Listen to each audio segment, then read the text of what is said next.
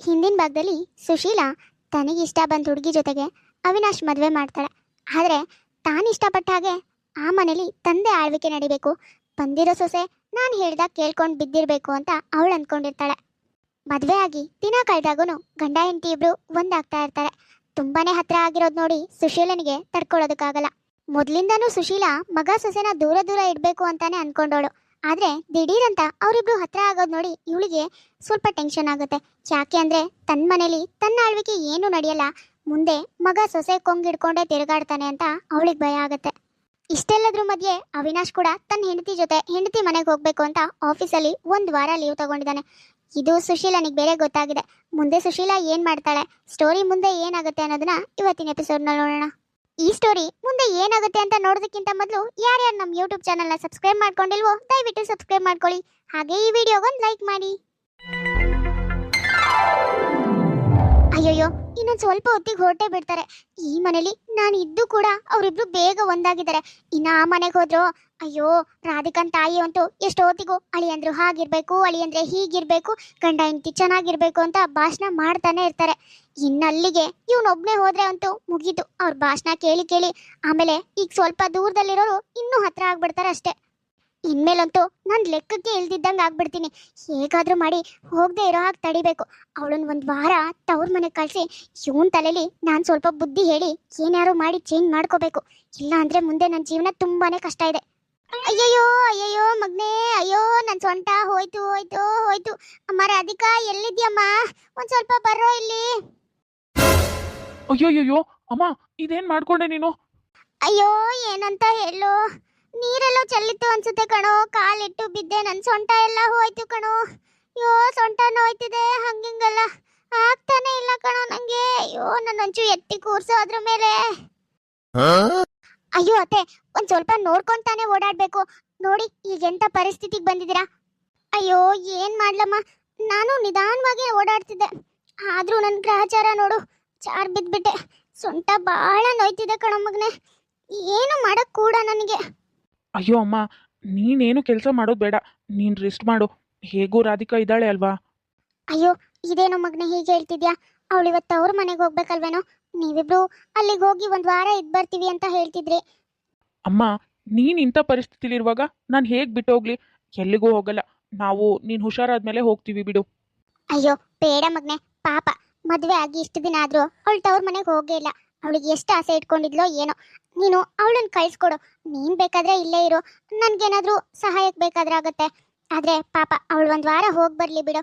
ನೀನ್ ಇನ್ಯಾವತ್ತಾರು ನಾನು ಹುಷಾರಾದ್ಮೇಲೆ ಹೋಗುವಂತೆ. ಸರಿ ಅಮ್ಮ, ನೀನ್ ಹೇಳ್ದಾಗೆ ಮಾಡ್ತೀನಿ. ಸರಿ, ಹಾಗಾದ್ರೆ ನಾನು ಅವಳನ್ನ ತವ್ರ ಮನೆಗೆ ಬಿಟ್ಟು ಬರ್ತೀನಿ, ಆಯ್ತಾ?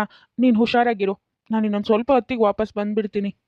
ಅಲ್ಲ ರೀ, ಅಮ್ಮ ನಿಮ್ಮನ್ನು ಕರ್ಕೊಂಡು ಬನ್ನಿ ಅಂತ ಹೇಳಿದ್ರು. ಅವ್ರು ತುಂಬಾ ಬೇಜಾರು ಮಾಡ್ಕೋತಾರೆ ಅನ್ಸುತ್ತೆ ನೀವು ಬಂದಿಲ್ಲ ಅಂದ್ರೆ. ರಾಧಿಕಾ, ಅಮ್ಮ ಈ ಪರಿಸ್ಥಿತಿಲಿರುವಾಗ ನಾನು ಹೇಗೆ ಬಿಟ್ಟು ಬರಲಿ ಹೇಳು? ನೋಡು, ನಾನು ಇನ್ನೊಂದು ದಿನ ಬರ್ತೀನಿ. ನಿನ್ನ ತಾಯಿ ಹತ್ರ ನೀನು ಮಾತಾಡು. ಸರಿ, ಟೈಮ್ ಆಯಿತು, ಹೊರಡೋಣ ಬಾ. ಆಹಾ, ಗಂಡನ್ ಕರ್ಕೊಂಡು ಹೊರಡ್ಬಿಡೋಣ ಅನ್ಕೊಂಡಿದ್ಲು, ಆದ್ರೆ ನಾನ್ ಬಿಟ್ಬಿಡ್ತೀನ ಅಷ್ಟು ಸುಲಭಕ್ಕೆ?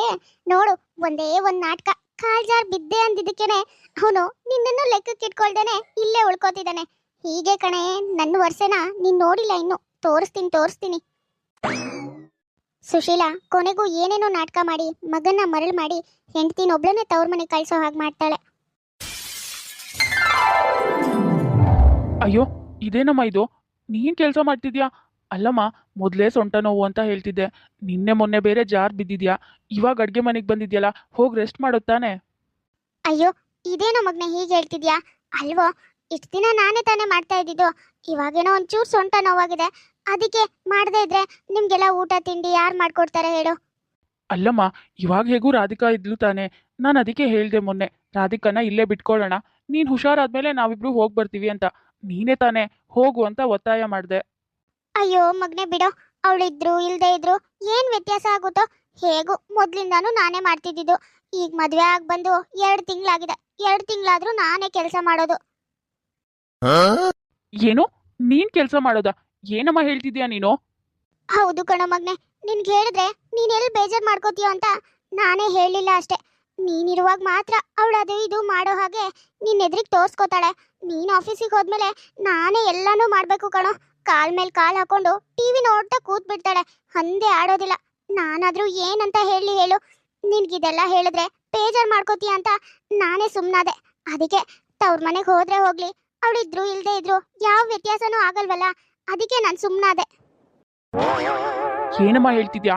ಅವಳು ಮನೇಲಿ ಇಷ್ಟೆಲ್ಲ ಮಾಡ್ತಿದ್ದಾಳ? ಅಲ್ಲಮ್ಮ, ನೀನ್ ಮೊದ್ಲೇ ಹೇಳಿದ್ರೆ ನಾನೇ ವಿಚಾರಿಸ್ಕೋತಿದ್ದೆ ತಾನೆ. ಪರವಾಗಿಲ್ಲ ಬಿಡು, ಇವಾಗ್ಲಾದ್ರೂ ಹೇಳಿದ್ಯಲ್ಲ. ಅವಳು ಬರ್ಲಿ, ಬಂದ್ ಕೂಡ್ಲೇನೆ ಮೊದ್ಲು ಅದನ್ನೇ ವಿಚಾರಿಸ್ತೀನಿ. ಅಯ್ಯೋ ಹೋಗ್ಲಿ, ಬೇಡ ಬಿಡು ಮಗ್ನೆ. ಇದೆಲ್ಲ ಹೇಳಿದ್ರೆ ನಿಮ್ಮಿಬ್ರು ಮಧ್ಯೆ ಮನಸ್ತಾಪ ಬರುತ್ತೆ ಅಂತಾನೆ ನಾನು ಹೇಳಿರ್ಲಿಲ್ಲ. ಅದು ಬೇರೆ, ಇವಾಗ ತವ್ರ ಮನೆಗೆ ಹೋದಾಗ ನಿನ್ನ ಹತ್ರ ಹೀಗೆಲ್ಲ ಹೇಳಿದೀನಿ ಅಂತ ಅವಳಿಗೆ ಗೊತ್ತಾದ್ರೆ ಅತ್ತೆ ಬೇಕು ಬೇಕು ಅಂತಾನೆ ಚಾಡಿ ಹೇಳಿ ನಮ್ಮಿಬ್ರನ್ನ ದೂರ ಮಾಡ್ತಿದ್ದಾರೆ ಅಂತ ನನ್ನ ಬಗ್ಗೆನೂ ತಪ್ಪು ತಿಳ್ಕೊಬಿಡ್ತಾಳೆ. ಇದೆಲ್ಲ ಕೇಳೋದಕ್ಕೆ ಹೋಗ್ಬೇಡ. ಮುಂದೆ ಮುಂದೆ ಅವಳೇ ಸರಿ ಆಗ್ತಾಳೆ ಬಿಡು. ಆಹಾಹಾ, ಏನೋ ನನಗೆ ಗೊತ್ತಿರೋ ಹುಡುಗಿ ಸ್ವಲ್ಪ ಪೆದ್ದು ನಾನು ಹೇಳ್ದಾಗ ಕೇಳ್ಕೊಂಡು ಬಿದ್ದಿರ್ತೀಯ ಅಂತ ನಾನು ಅನ್ಕೊಂಡ್ರೆ ನೀನು ಬರೋದ್ರೊಳಗೇನೆ ನಿಂದೆ ಯಜಮಾನ್ಕೆ ಶುರು ಮಾಡ್ತಿದ್ಯಾ? ಸರಿ ಸರಿ, ಬಾ, ತವ್ರ ಮನೆಯಿಂದ ಬಂದ್ ಕೂಡ್ಲೆ ನಿನ್ ಗಂಡನ್ ವರ್ಷೆ ನೋಡುವಂತೆ. ರಾಧಿಕಾ ತನ್ನ ತವ್ರ ಮನೆಗೆ ಹೋದ್ ಕೂಡ್ಲೇನೆ ಈ ಕಡೆ ಸುಶೀಲಾ ತನ್ನ ಮಗನ ಮನ್ಸಲ್ಲಿ ತನ್ನ ಸೊಸೆ ಬಗ್ಗೆ ತಪ್ಪು ಆಲೋಚನೆ ಬರೋ ಹಾಗೆ ಚಾಡಿ ಹೇಳೋದಕ್ಕೆ ಶುರು ಮಾಡ್ತಾಳೆ. ಹೀಗೆ 1-2 ದಿನ ಕಳೆಯತ್ತೆ.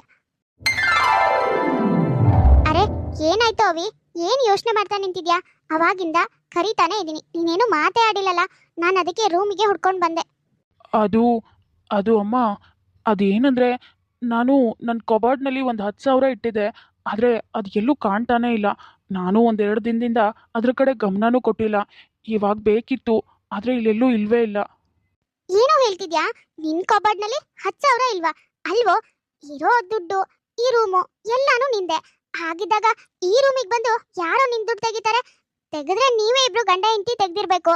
ಎಲ್ಲೋ ಮಿಸ್ ಆಗಿ ಇಟ್ಟಿರ್ತೀರಾ, ನೋಡ್ಕೋ ಇನ್ನೊಂದ್ಸಾರಿ. ನಾನು ಹಾಗೆ ಅನ್ಕೊಂಡೆ ಅಮ್ಮ, ಆದರೆ ಇಲ್ಲಿ ಎಲ್ಲಿ ಹುಡ್ಕಿದ್ರೂ ಇಲ್ವೇ ಇಲ್ಲ. ನನ್ಗೇನು ಮಾಡಬೇಕು ಅಂತಾನೆ ಗೊತ್ತಾಗ್ತಿಲ್ಲ. ತುಂಬ ಅರ್ಜೆಂಟ್ ಇತ್ತು. ಓ ಹೌದಾ? ಹಾ, ಇವಾಗ ನೆನ್ಪಾಯ್ತು. ಅಲ್ವೋ, ನಿನ್ ಹೆಂಡತಿ ಮೊನ್ನೆ ತವ್ರ ಮನೆಗೆ ಹೋಗುವಾಗ ಅವಳ ಕೈನಲ್ಲಿ 10,000 ಕೊಟ್ಟಿದ್ಯಲ್ಲ, ನಾನು ಅವಳ ಬ್ಯಾಗಲ್ಲಿರೋದನ್ನ ನೋಡಿದ್ದೆ. ಇದೇನಮ್ಮ ಹೇಳ್ತಿದ್ಯಾ ನೀನು? ಅವಳ ಹತ್ರ 10,000 ಇತ್ತಾ? ಅಲ್ಲಮ್ಮ, ನಾನು ಅವಳಿಗೆ ದುಡ್ಡೇ ಕೊಟ್ಟಿಲ್ಲ. ಹಾಗಿರುವಾಗ ಅವಳ ಹತ್ರ 10,000 ಎಲ್ಲಿಂದ ಬರುತ್ತೆ? ಅಯ್ಯೋ, ಇದೇನೋ ಹೀಗೆ ಹೇಳ್ತಿದ್ಯಾ? ನಾನು ಅವಳ ಹತ್ರ ಇರೋದ್ ನೋಡಿ ನೀನೇ ಕೊಟ್ಟಿದ್ದೇನೋ ಅನ್ಕೊಂಡೆ. ನೀನ್ ಅವಳಿಗೆ ಕೊಟ್ಟು ಈಗ ಮರ್ತು ಹುಡುಕ್ತಿದ್ಯೇನೋ ಅನ್ಕೊಂಡೆ ಕಣೋ. ಅಯ್ಯೋ ಅಮ್ಮ, ನಾನು ಯಾಕೆ ಕೊಡ್ಲಿ ಹೇಳು? ಅಷ್ಟಕ್ಕೂ ಅವಳಿಗೆ 10,000 ಖರ್ಚು ಮಾಡೋ ಅಂಥದ್ದು ಏನಿರುತ್ತೆ? ಹಾಗಾಗಿ ನಾನು ಅಷ್ಟೆಲ್ಲ ಕೊಟ್ಟೇ ಇಲ್ಲ. ಕೊಟ್ರು ಅವಳಿಗೆ ಒಂದು 1,000 ರೂಪಾಯಿ ಕೊಡ್ಬೋದಷ್ಟೇ. ಓ, ನೀನ್ ಹೇಳ್ತಾ ಇರೋದೆಲ್ಲ ಕೇಳಿಸ್ಕೊಂಡ್ರೆ ನನ್ಗೆ ಇವಾಗ ಅರ್ಥ ಆಗ್ತಿದೆ. ಏನ್ ಗೊತ್ತಾ, ಮೊನ್ನೆ ನಿನ್ ಹೆಂಡತಿಗೆ ಅವಳ ತಾಯಿ ಫೋನ್ ಮಾಡಿದ್ರು. ಏನೋ ಮನೇಲಿ ಪ್ರಾಬ್ಲಮ್ ಇದೆ, ಒಂದು 10,000 ಇದ್ರೆ ನಿನ್ ಗಂಡನ ಹತ್ರ ಇಸ್ಕೊಡು ಅಂತ. ನನ್ಗ್ಯಾಕೋ ಅನ್ನಿಸ್ತಿದೆ ನಿನಗೆ ಹೇಳ್ದೆ ಕೇಳ್ದೇನೆ ಆ 10,000ನ ತಗೊಂಡೋಗಿದ್ದಾಳೆ ಅವಳು ಅಂತ. ನಾನು ಅವಳ ಬ್ಯಾಗಲ್ಲಿ ಇರೋದು ನೋಡಿದ್ದೆ. ಅಂದ್ರೆ ಏನಮ್ಮ ಹೇಳ್ತಿದ್ಯಾ? ಅವಳು ತವ್ರ ಮನೆಯವ್ರನ್ನ ಉದ್ಧಾರ ಮಾಡೋದಕ್ಕೆ ಈ ಗಂಡನ ಮನೆ ಹಾಳು ಮಾಡ್ತಿದ್ದಾಳೆ ಅಂತನಾ? ಅಯ್ಯಯ್ಯೋ, ನಾನು ಹಾಗೆ ಹೇಳಿಲ್ವೋ. ಅಂದ್ರೆ ಅವಳ ಹತ್ರ ಅಷ್ಟೆಲ್ಲ ದುಡ್ಡು ಎಲ್ಲಿಂದ ಬರ್ಬೇಕು ಹೇಳೋ? ಇವಾಗ ಅವಳ ಹತ್ರ ಅಷ್ಟೆಲ್ಲ ದುಡ್ಡು ಇತ್ತು ಅಂದ್ರೆ ಹೇಳ್ದೆ ಕೇಳ್ದೆ ತಕೊಂಡೋಗಿದ್ದಾಳೆ ಅಂತಾನೆ ತಾನೇ. ಅಮ್ಮ, ಇದೆಲ್ಲ ಯೋಚನೆ ಮಾಡ್ತಾ ಇದ್ರೆ ನೀನ್ ಹೇಳ್ತಾ ಇರೋದೇ ಸರಿ ಅನ್ಸ್ತಿದೆ. ಅವಳು ಹೇಳ್ದೆ ಕೇಳ್ದೆ ಕದ್ದು ಮುಚ್ಚಿ ಅವಳು ತವ್ರ ಮನೆ ಉದ್ಧಾರ ಮಾಡೋದಕ್ಕೆ ನಮ್ಮನೆಯಿಂದ ದುಡ್ಡು ತಕೊಂಡೋಗಿದ್ದಾಳೆ. ಅವಳು ಬರ್ಲಿ, ಅವಳಿಗಂತೂ ಈ ಸರಿ ಗ್ರಾಚಾರ ಬಿಡಿಸೋದಂತೂ ನಿಜಾನೇ. ಯಾಕೆ ಆ ಕೆಲಸ ಮಾಡ್ದೆ ಅಂತ ನಾನೇ ಕೇಳ್ತೀನಿ. ಅಯ್ಯಯ್ಯೋ, ಇದೇನೋ ಹೀಗೆ ಹೇಳ್ತಿದ್ಯಾ? ಏನೋ ಆಗಿದ್ದಾಯ್ತು, ಗೊತ್ತಾಗದೆ ಹಾಗೆ ಮಾಡಿರ್ತಾಳೆ ನೋಡು. ಈ ವಿಷಯನೆಲ್ಲ ಕೇಳಿ ಮತ್ತೆ ನಿಮ್ಮಿಬ್ರ ಮಧ್ಯೆ ಜಗಳ ಎಲ್ಲ ಮಾಡ್ಕೊಳಕ್ ಹೋಗ್ಬೇಡಿ. ಈ ವಿಷಯನ ಇಲ್ಲಿಗೆ ಬಿಟ್ಬಿಡು. ಇಲ್ಲಮ್ಮ, ನೀನ್ ಹೇಳ್ತೀಯ ಅಂತ ಎಲ್ಲ ವಿಷಯನೂ ಬಿಡ್ತಾ ಹೋದ್ರೆ ಆಮೇಲೆ ಎಲ್ರೂ ಒಂದಿನ ಬೀದಿಗೆ ಬರ್ಬೇಕಾಗತ್ತೆ. ಅವಳು ಮನೆಗೆ ಬಂದಿರೋ ಸೊಸೆ ಹಾಗಿರ್ಬೇಕು. ಅದನ್ ಬಿಟ್ಟು ಈ ಮನೆನೇ ಹಾಳು ಮಾಡ್ಬೇಕು ಅಂತ ಯೋಚನೆ ಮಾಡ್ತಿದ್ದಾಳೆ ಅನ್ಸುತ್ತೆ. ಈ ಸಾರಿ ನಾನು ಯಾರ ಮಾತು ಕೇಳಲ್ಲ. ಅವಳು ಬರ್ಲಿ, ಬಂದ್ಮೇಲೆ ವಿಚಾರಿಸ್ಕೋತೀನಿ. ಸುಶೀಲಾ ರಾಧಿಕಾ ತವ್ರ ಮನೆಗೆ ಹೋದ್ಮೇಲೆ ದಿನಕ್ಕೊಂದು ಏನೋ ಒಂದು ನಾಟಕ ಮಾಡಿ ಅವಿನಾಶ್ಗೆ ಹೆಂಡತಿ ಮೇಲೆ ಅಸಹ್ಯ, ಮನಸ್ತಾಪ, ಕೋಪ ಎಲ್ಲಾನು ಬರೋ ಹಾಗೆ ಮಾಡಿರ್ತಾಳೆ. ಎಷ್ಟೇ ಅಂದ್ರೂ ಅವಿನಾಶ್ಗೆ ತಾಯಿ ತುಂಬಾನೇ ಮುಖ್ಯ. ತಾಯಿ ಅಂದ್ರೆ ದೇವ್ರ ಸಮಾನ ಅಂತ ತಲೆ ಮೇಲೆ ಹೊತ್ಕೊಂಡು ಮೆರೆಸ್ತಾನೆ. ಹಾಗಿರುವಾಗ ತಾಯಿ ಹೇಳಿರೋ ಮಾತುಗಳು ಸತ್ಯ ಅಂತ ಅನ್ಸತ್ತೆ. ಅವನಿಗೂ ಹೆಂಡತಿನೇ ಕೆಟ್ಟೋಳು ಅಂತ ಅನ್ಸೋಕ್ ಶುರುವಾಗತ್ತೆ.